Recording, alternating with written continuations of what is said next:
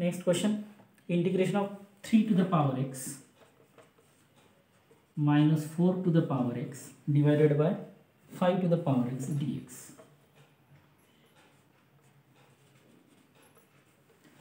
Integration of 3 to the power x minus 4 to the power x divided by 5 to the power x. So distribute denominator to both numerator, 3 to the power x upon 5 to the power x minus 4 to the power x upon 5 to the power x dx. आता दोघांचा power equal आहे, numerator आणि denominator दोघांचा, म्हणजे याला आपण लिहू शकतो 3/5 raise to the power x minus 4/5 raise to the power x dx. ठीक आहे. Now formula a to the power x चा formula a to derivative integration of a to the power x is equal to a to the power x upon log a. So here 3/5 raised to the power x upon log of 3/5.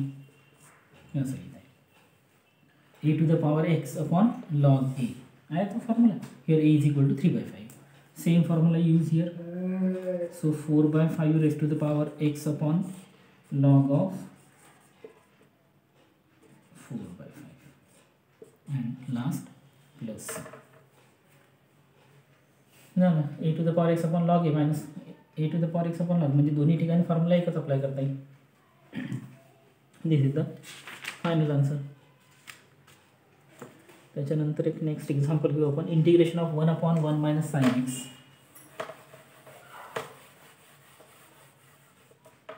तसंच integration 1/1 minus sine x. इथे 1 plus sign एक्सचा पण question येऊ शकतो. जेव्हा किंवा 1 minus sine x किंवा 1 plus sine x येईल तेव्हा काय करायचं, multiply numerator and denominator both by conjugate.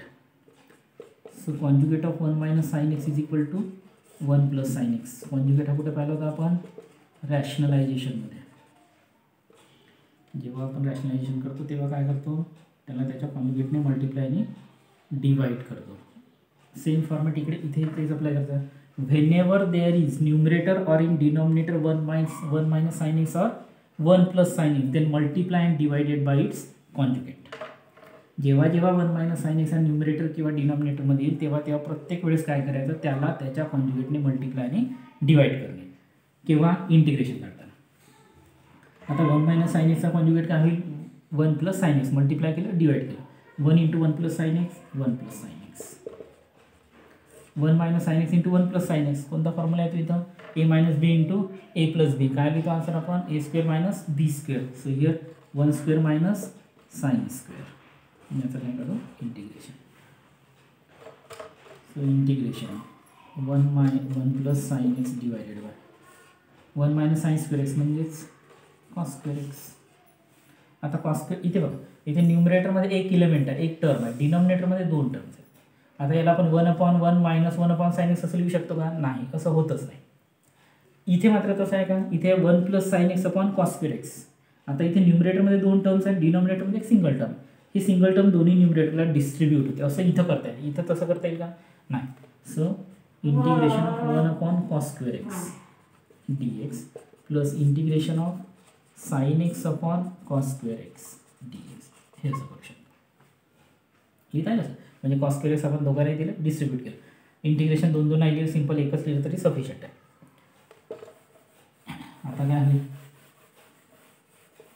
1 cos square म्हणजेच 6 स्क्वेअर एक्स, त्याचं इंटिग्रेशन अवेलेबल आहे. Plus sine x upon cos square x, म्हणजे आपण याला असं लिहू शकतो, sine x upon cos x into 1 cos x. ठीक आहे.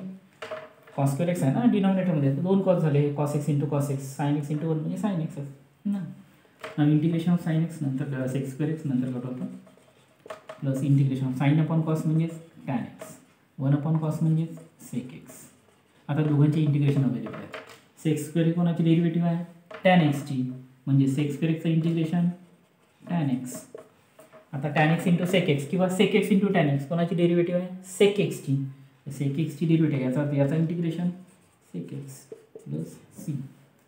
दिस is the answer, tan x plus sec x plus C.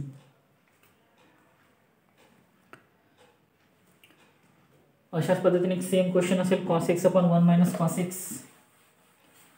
तर आता सांगितल्याप्रमाणे whenever there is 1 minus sine x और 1 plus sine x use rationalisation method multiply by its conjugate 1 upon 1 minus sine x 1 upon 1 plus sine x असं असेल तर, किंवा हे उलटे पालटे असते. त्याच्यानंतर दुसरा असतो 1 मायनस कॉस एक्स. आता 1 मायनस कॉस एक्ससाठी असंच करायचं, जेव्हा जेव्हा 1 मायनस कॉस एक्स येईल तेव्हा तेव्हा काय करायचं, 1 प्लस कॉस एक्सने मल्टिप्लाय करायचं. कुठे, न्यूमरेटर आणि डिनॉमिनेटर दोघांना. हा जर दिला असेल तर याने मल्टिप्लाय करा, हा दिला असेल तर याने मल्टिप्लाय करा. अशा पद्धतीने एक्झाम्पल असतील. एक्झाम्पल नंबर 17 आहे सॉल्ड एक्झाम्पल. तो मात्र तुम्ही बघून घ्यायचा कसा आहे तो. सेम याच पद्धतीने सोडवायचा जसं आता सोडवलं.